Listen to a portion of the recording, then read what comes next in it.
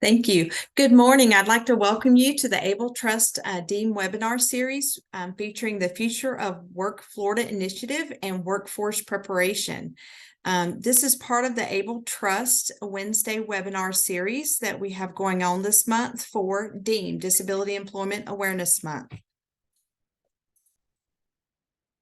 I'd like to start off with introducing myself. I'm Colleen Agner with the High School High Tech State Director for the Able Trust. I'd like to provide a little bit of background on who we are and what we do.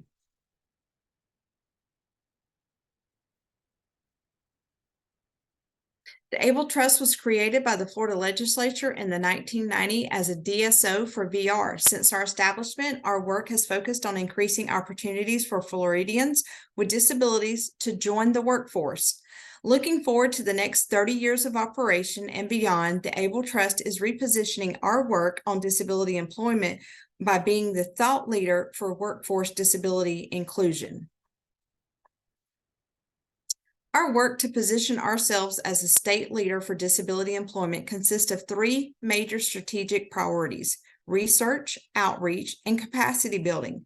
The Able Trust is a thought leader who shares data, not just economic data, but evidence-based research and best practices. This better equips us to meet stakeholders where they're at and in turn raise awareness, make connections, and build collaborations between employers, educators, career service providers, elected officials, community leaders, and more. The good news is the number of Floridians with disabilities who are employed continues to increase each year. From 2017 to 2021, there was nearly 20% increase. Continuing that momentum is crucial, and we happen to be in the perfect time of year to increase awareness of disability employment issues. As you know, October is Disability Employment Awareness Month. The Able Trust works year-round on promoting disability employment, but this important time in October gives us a unique opportunity to work with partners around the state to shine a light on the contributions Floridians with disabilities make to the workforce. Our theme for DEAM this year is Fueling Workplace Ambition, demonstrating that people with disabilities are ambitious and have the knowledge and skills to be meaningful additions to the workforce.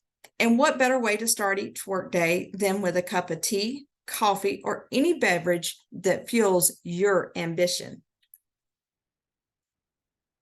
And we would be remiss if we did not thank our outstanding slate of Disability Employment Awareness Month sponsors. They are all helping to make Webinar Wednesday and all our DEAM events possible. Webinar Wednesday is a big part of our schedule for DEAM, and we're so happy to welcome Chancellor Kevin O'Farrell and Statewide Director of CTE Outreach and Recruitment, Samantha Dudley, from the Florida Department of Education's Division of Career and Adult Education today to discuss the Future of Work Florida initiative. Chancellor Farrell and Director Dudley, thank you so much for taking the time to join us today. The floor is yours. Excellent. Thank you, Colleen, so much for that introduction. And thank you for having us here today to share some really exciting information about CTE, Career and Technical Education, and what that means across the state, what we're doing in terms of preparing individuals for continued post-secondary training, but also opportunities for them to immediately enter into the workforce. And so we're looking forward to sharing some of those great, exciting initiatives with you all today, especially as we center around what really is the future of work. But I really do want to begin today's webinar by extending my heartfelt gratitude to each and every one of you who are on this call for your support and commitment to the high school high-tech program, and really the incredible work that you do every day in supporting students with disabilities. It's really nothing short of inspiring.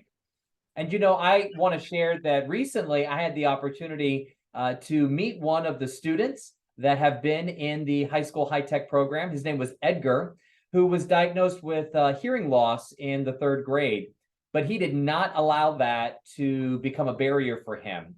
Instead, as he's gone through his educational journey, he's earned 3 industry certifications in automobile service technology, and he's using those to propel him into a future vocation and a career that's going to be rewarding for him.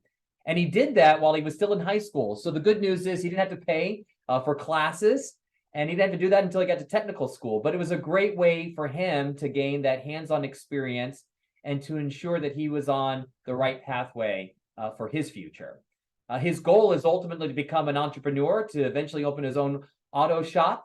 And this is really going to allow him to do that. And we're excited to see how he's going to soar. These are just some of the stories that really affirm the importance of the work that you all do each and every day. And so this morning, I look forward to sharing with you some ideas and some resources and even perhaps some strategies that will help to continue to empower and lift students with disabilities as they explore in-demand careers and post-secondary education. So let me start by first kind of setting the stage for what it really looks like here in the state of Florida and what the future is for the state of Florida. Now, currently, if you were to take Florida and separate it out, it actually ranks as the 16th largest economy in the world, right? That's pretty remarkable. The 16th largest economy in the world is here in Florida. And we've got a goal that by 2030, Florida can become the 10th largest economy. And that is a significant increase for economic growth and job growth. So in order to move from 16 to 10, there's several things that really have to happen. We know that we're going to need to add about 1.62 million net new jobs here in the state of Florida. Because with that, we know that by 2030, Florida is going to add about 3.5 million new residents. And we're also going to have about 50 million more annual visitors, as well as almost 3 million more drivers on the road in Florida. So there's incredible growth that's going to be taking place. These are huge economic numbers. We're going to need job creators, but we're also going to need individuals to fill in-demand occupations here in the state. And there's going to be opportunities for every Floridian, regardless of ability or disability. And so with that, we've got a real opportunity ahead of us here in the state of Florida. You know, let me share a little bit too about just the current state of career and technical education. You know, as we are moving into this strategy for 2030, it's imperative that we have students and adults who are well prepared to lead and to innovate and to serve their communities. And with Florida's trending economy, we've got to have a highly trained and competitive workforce. It's necessary, it's essential. Really, the division of career and adult education that I oversee, we have two main goals, right? Number one, I say that they're really kind of one side of a two-sided coin. First, we want to make sure that students have the knowledge, skills, and abilities that they need in order to get the jobs that they want. And number two, we want to make sure that employers have a workforce that is trained and ready to be able to meet their missional objectives. So in Florida, we've seen some incredible expansion of students and individuals participating in career and technical education. Let me just give you some of our current stats. And we're excited because in November, we're going to have all of our new data for the most recent year. But the current stats that we have right now is that across the entire state of Florida, we have approximately 800,000 students participating in K through 12 CTE programs. So that means at least they're taking one CTE course at their public school or their charter school across the state of Florida. And this is the highest in the state's history. Now you add that with the nearly 400,000, it's about 380,000 students participating in post-secondary CTE programs. And then these are the current numbers for our apprenticeship programs and pre-apprenticeship programs. We have nearly 20,000 individuals participating in those apprenticeships and pre-apprenticeships. You add all that together and you have about 1.2 million individuals involved in CTE across the state. And that's really exciting. We're seeing these numbers continue to trend upwards. We had a little bit of a setback during the COVID pandemic years, but we're really coming back and exceeding what we had before. And that's exciting as we think about the needs that we have across the state and the opportunities that students will have going through these programs to enter into the workforce, many with credentials that are in demand. Now, it's our job as educators to really set these students up for success. And we want to provide them with those high in-demand credentials that will really help them gainfully gain employment as quickly as possible. We know CTE is the way to do that. And the great thing about CTE is that you don't need the 4-year university degree. Nothing against that path that many students take, but we know that there are a tremendous amount of occupations and careers that require 2 years or less time in order to gain a credential or certification that they need to be successful in the workforce today. So we really have a great, really kind of arsenal of educational opportunities. And we really know that we've got several different tools at our disposal that I really kind of want to share with you today. I want to talk about those students who may be post-secondary bound, and we want to talk about the opportunities and the kind of training programs and credentials that they have available to them. We also want to talk about apprenticeship and pre-apprenticeship programs. And then finally, I want to talk about how some are going straight into the workforce. But the reason that we really want to share some information with you all today is because we know that in the positions that you hold, you are a true influencer. In fact, later on in this presentation, Samantha is going to be sharing with you about our Future of Work Florida campaign, which is all about trying to provide students and those who influence students in making career choices and training program selections as well. You know, think of it like this. If you're ever in a new area or going to vacation someplace, or maybe you've just moved and relocated, or maybe you've been living someplace and now you need some kind of help around the house. I don't know what that might be. But typically when you say, you know, you go to a friend, you say, who have you used, right? Like, where have you gone? Give me a suggestion, a recommendation. You go to individuals that are trusted, that really become those influencers in your life. And we know that you as an educator serve as an important influencer in the lives of the students that you work with each and every day. And that by giving you the tools and the resources that you need, you can help students make informed choices that really align with both their passions and their aspirations. So today, we're going to have you guys embrace that role as that influencer and see what we can do to continue to make a positive impact in our CTE programming across the state for students. So let's talk about those students who may be post-secondary bound, right? So here in the state of Florida, we have 47 technical colleges and technical centers and 28 Florida college system institutions. And together, these two groups really are at the heart of a workforce development efforts.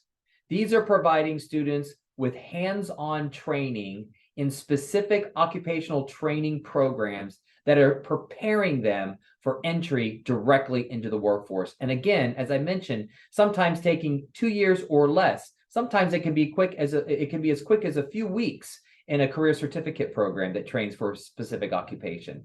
But we have those accessible across the entire state. Florida has 17 career clusters that really help students navigate their way to success in the post-secondary journey. And each of our programs within these career clusters are created with partners from obviously our educational LEAs, which are our local educational agencies, our business and industry partners, and trade associations. And this collaboration ensures that our curriculum frameworks that we have in our state repository are both academically integrated and they are responsive to business and industry needs. Remember, I told you those two sides of the coins? We constantly want to evaluate and refine the programs of study that we have, knowing that industry requires a flexible and agile training program to meet their needs. So with that, students who attend one of our 47 technical colleges or 28 Florida college institutions can really participate in several different credential types that are available. The first are career certificates. So career certificates are what are known as clock hour programs that prepare students for employment in a specific field. So here you might think about law enforcement or practical nursing or surgical technician, right? And this, again, these programs, very occupationally specific. They are varied in length depending on the nature of the program, and they allow students to gain the knowledge, skills, and abilities that they need to immediately be employed. The second we have are applied technology diplomas. And again, these prepare students for employment in a field. And these kinds of programs can often be embedded within a AS degree program, or they can have an articulated agreement to an AS degree program. So here you might think of dental assisting, right? The ADTs are offered at both our technical colleges and our Florida College System institutions. We also have AS degrees, associate in science degrees, and associate in applied science degrees. And again, these are 2-year degree programs that provide students the technical knowledge and skills that they need at a technician's level to enter into the workforce. And here's where you might think about nursing, registered nursing, or cybersecurity information technology. We also have college credit certificate programs too, and these prepare students for employment with training with less than an AS, but are often embedded within that particular program of study. So think about entrepreneurship, which takes about approximately 9 to 12 college credits, but are often within AS degrees that are in business or entrepreneurship themselves. And then finally, we have advanced technical certificates, and these are often provided to students that already may have that AS degree, that AAS degree, or even a baccalaureate degree, but it provides specialized occupational training and advancement. So here there may be additional ATCs and things like computer programming, information technology as well. But these are the kinds of programs that we have across our 17 career clusters in our post-secondary environment. It's important for students to be aware of these and to know their options. And the great thing that we have in Florida are so many opportunities for articulation, where students can continue to, if you will, climb an economic or educational ladder that helps them climb an economic ladder as they earn certain credentials, like maybe a career certificate or an applied technology diploma, that can articulate into an AS degree, which then can eventually stack into a Bachelor of Applied Science or a BS degree. And then perhaps maybe even from there onto a master's level degree and further. So it really depends on how the student views their training, views their career in terms of what they can do to stack and to continue to move forward. And the great thing is every single time they add a credential or they add a certain level of qualification, they continue to move forward within their organization. And they also have a pay increase, which always helps with quality of life and that independent living. We also have another tool that I want to talk about, and that's our apprenticeship and our pre-apprenticeship programs. You know, registered apprenticeship programs are really one of the fastest training opportunities that we're able to establish statewide.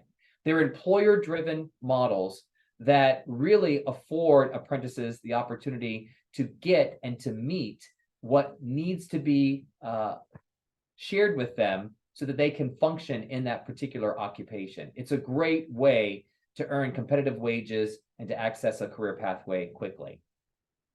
Now, with apprenticeships and pre-apprenticeships, we have great partnerships with our Florida College System institutions, our SUS institutions, and our technical colleges and school districts that provide related technical instruction to the on-the-job training that apprentices receive.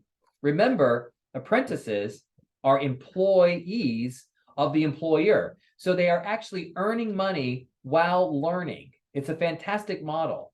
And then over time, as they, depending on the length of the apprenticeship program, continue to progress, they'll increase in their pay and also wind up with a nationally recognized credential at the end of their apprenticeship program.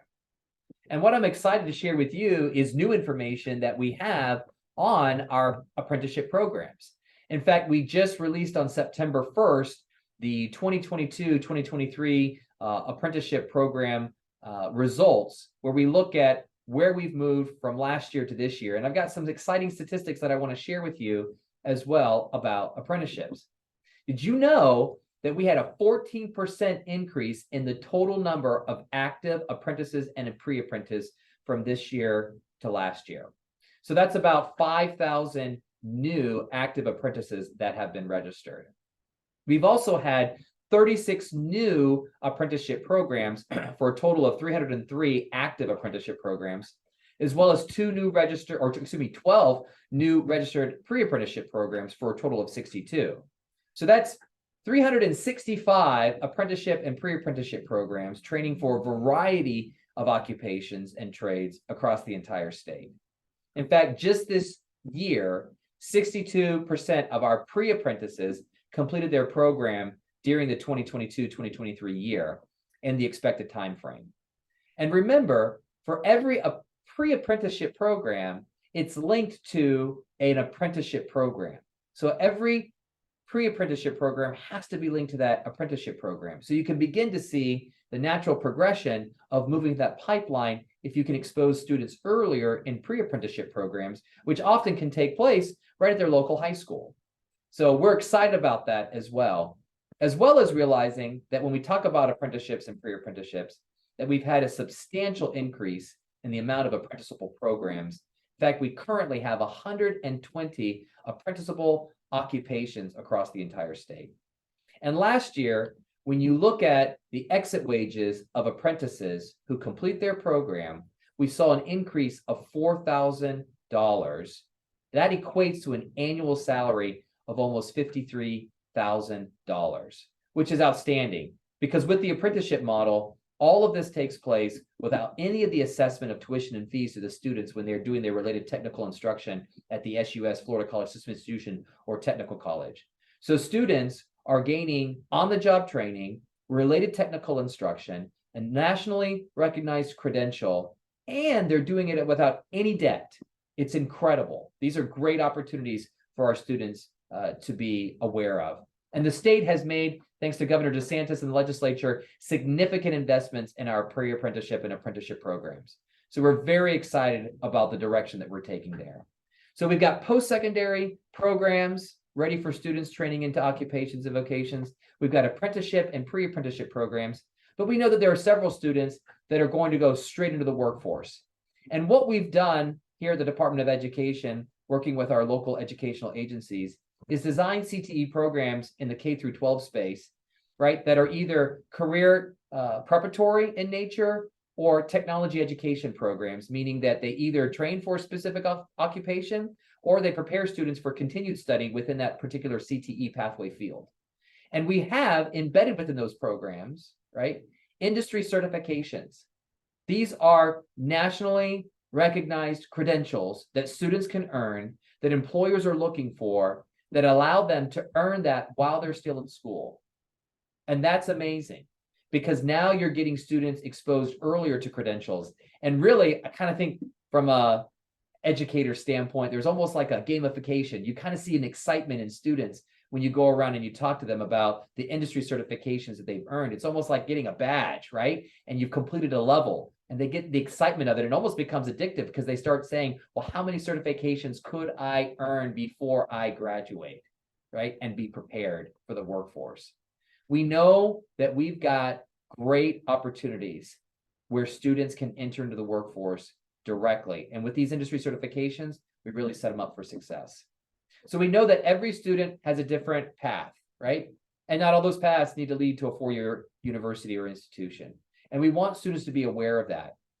You know, one of the things that we've really had here at the department over the last several years has really been a way of rebranding how we talk about career and technical education. And part of that was establishing our Get There campaign, which was really trying to do just that, to talk about the great value and worth that career and technical education can play in the life of an individual. But as we began going through this campaign, we realized that, you know, there was a little bit of a gap, if you will. You know, I mentioned to you earlier that you're an important part of this CTE puzzle, right? You're an educator, you're an administrator, but you're an influencer. You're coming into contact with students every single day. And we want to make sure that you have the tools that you need in order to help them make the decision. So as we began to think about that, we realized we really need to do a great job of speaking to this future of what work looks like. We know what the future of Florida is going to look like based on our economic projections, but we need to have students and parents and grandparents and guardians and school counselors and teachers and businesses join with us to get that message out so that they can have a sense of the direction that they're taking. And so lo and behold, that really came to determine how we came with the Future of Work Florida campaign. And we've got some exciting assets, tools, and resources that are available to you that Samantha is going to be sharing with you. I just want to close my portion by just simply saying thank you. Thank you for really the tireless effort that you make every single day to work with students with disabilities, to help them see a future that is bright, exciting, and rewarding for them. And it's our job to partner together to empower them. No matter what the disability is, they have an opportunity to realize their dreams and their aspirations, and they can know that there's no closed door. It's a series of open doors that they can walk through. So thank you for the work that you do every day with these students. I'm excited and privileged to be here and to speak with you. And so at this time, I'm going to turn it over to Sam and let her showcase a little bit more about our Future of Work Florida campaign. Sam? Perfect. Thank you, Chancellor O'Farrell, and thank you, Colleen, for having us today. We're so excited to have a chance to kind of dive into these resources that we've created for the Future of Work Florida campaign. You know, give you a rundown of like, what is this campaign? How did it come to? And then also like how you can participate and how you can, you know, utilize these resources when you're speaking to students, when you're speaking to parents, when you're speaking to those school counselors, and when you're just talking about workforce education as a whole. So to give you a little bit of a background, I know Chancellor Farrell just kind of dove into it a little bit too, but for those of you who do not know, this is a partnership with the Florida Chamber of Commerce Foundation and Career Source Florida, and we have worked together to really develop all of these assets to develop this campaign. And like Chancellor Farrell just said, this was really designed to speak to those influencers, those businesses, the parents, the students, the school counselors, whoever those people are that are really on boots on the ground every day, even the nonprofits, the Boys and Girls Clubs, Pace Center for Girls, any influencer that you can possibly imagine that are speaking to students, having those connections with those students, and really just kind of doing our part to share as many resources as possible with them so that they can get the word out about workforce ed. So today we're going to dive into 3 key resources that we have developed. And at the end of the slide deck, there will be a QR code that you can scan and download all the resources, and we can send an email to Colleen after this with all of our resources that we have kind of in our portfolio. But today we're just going to spend time going through these 3. So first and foremost, we have our Future of Work Florida Action Toolkit. So this toolkit was really designed kind of a 3-pronged approach. You know, we wanted to hit our business audience, we wanted to hit our partners, our parents, and then also our schools, like our educators. So this toolkit has so much information. It really kind of does a really good deep dive into what is Future of Work Florida. If you're not sure after today, you can read up on that. And then also just like all the assets that you can possibly need to plug and play if you have a newsletter going out, if you have an email going out, or if you're wanting to participate on social media for the Future of Work Florida campaign. And really and truly, this is, like I said, a deep dive into the resources. There's pictures, there's graphics, there's so many things that you can just copy and paste, plug into your accounts, and post away. So we've really developed this toolkit to be an easy asset for you to use. So if you have any questions as you're going through it, you know, feel free to contact me. We'll add my contact information into that follow-up email. And you can, you know, we can meet offline and kind of go through it together and see how you can utilize this toolkit. So that's our first asset. The second one is our career readiness guide. This asset is amazing. It's honestly my pride and joy this past year to develop this career readiness guide. Truly, this is like a parent's checklist. So when parents are having these students in middle school and high school, and they're like, there are so many opportunities, they're overwhelmed by the opportunities that exist. Like, what pathway do they go down? You know what I mean? Like, where do they start? Like, they're in middle school, they're interested, let's say, in video games. Like, how can we get them in a program that is kind of like maybe video game creation or like something that they're interested in? So this checklist was really developed to assess, explore, and then plan. And we have it broken out into 3 different categories. You can utilize this checklist as you're talking with parents, or honestly, as you're in the classroom talking with these students. Feel free to use it. It's not just for parents, it's really for anyone, that's having conversations with students and getting them ready for, life after high school, life after middle school, life after college, and so on. So this checklist, it kind of dives into maybe even some like little games that they can play to figure out what they're interested in, all the way to exploring the career pathways, and then really kind of planning for their post-secondary opportunities, and making those, plans. So feel free to use this checklist. Like I said, at the end of the slide deck, we'll have a QR code that you can download it. And if you have any questions or even any additions, if you see something and you're like, wait, I have a really good idea for that, let us know. We're happy to always, make some updates to it, add to it. We definitely want it to be something that's useful, and engaging while you're, talking with students. All righty. And then next, we have Summit in a Box. So Summit in a Box was really developed for, our key organizations. Let's think like the chambers, Career Source Florida's, our, technical colleges, whoever those like leaders are that can develop a really dynamic and cool summit where they bring everyone together. They talk about, what are the priorities? What can we do to fill these positions in our communities? And how can we make a really good change, within CTE? So Summit in a Box was definitely developed for those organizations. However, the reason I brought it to you today is because our call to action for you is to get involved in these summits. They're happening across your communities. They're happening across Florida weekly. I know that we've had already 2 this past week that we've heard about. So I know that these conversations are happening. So get plugged in, talk to your local technical college, talk to your local chamber, talk to these individuals that are maybe even having these summits. And if they're not, I want you to be the person that's saying we need to have these summits. We need to have these conversations. So feel free to utilize Summit in a Box. You can actually go down to summitinaboxfl.com and it'll take you to the landing page where it does a really good deep dive into all of the resources.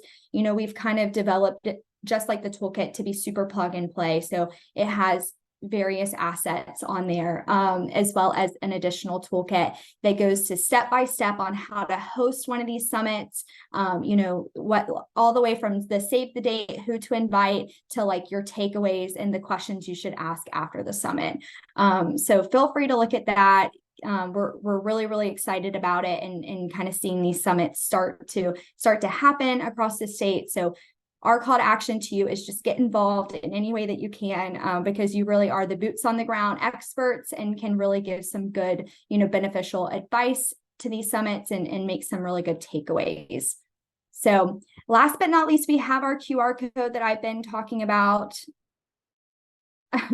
So feel free to scan this on your phone. Afterwards, we'll send a follow-up email that goes through all the resources and kind of gives you a broader view of them. We have over, I think, like 35 to 40 assets. So it would probably take up this whole call to go through all of them. So we just wanted to point out the most important 3 that we have currently. So our call to action to you, like I said before, be those influencers, talk about CTE, make it a point of conversation with your parents and your students, and really just try to get engaged as much as possible. If you ever have any questions from a communication standpoint, a marketing standpoint, feel free to call me, email me. We can set up a Teams chat, whatever it needs to be, and I can kind of help you walk through a campaign that you're running, social. If you just need help, just let me know. So that's all I have today. I'm going to turn it back to Colleen. And I don't know if there's any questions or in the chat or how you want to do that, Colleen. We're happy to answer anything. Yes, I think there's one open question in the chat right now. Are CTE and apprenticeship programs trained to support individuals with disabilities? Great question. The answer is yes, we do have programs that are. Depending on what the apprenticeship is, that would be something that's related because, as you know, the individuals with the employer. So some have students or have participants that have disabilities, but that's a little bit more on a case-by-case basis because of apprenticeship programs. But when we do have our CTE programs that are offered at our Florida College System institutions or our technical colleges, all of those institutions have offices that work with students about accessibility. And so they provide the resources for those students to be successful in those programs.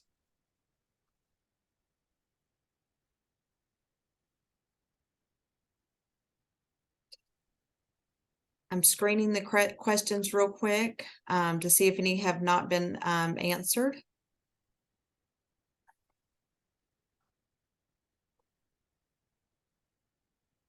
I believe all of them have been answered from what I can tell. Well, if there's ever any question that comes on, please do forward it to us or shoot us an email. We'd be more than happy to do what we can to provide any kind of information, context, or at least point you in the right direction.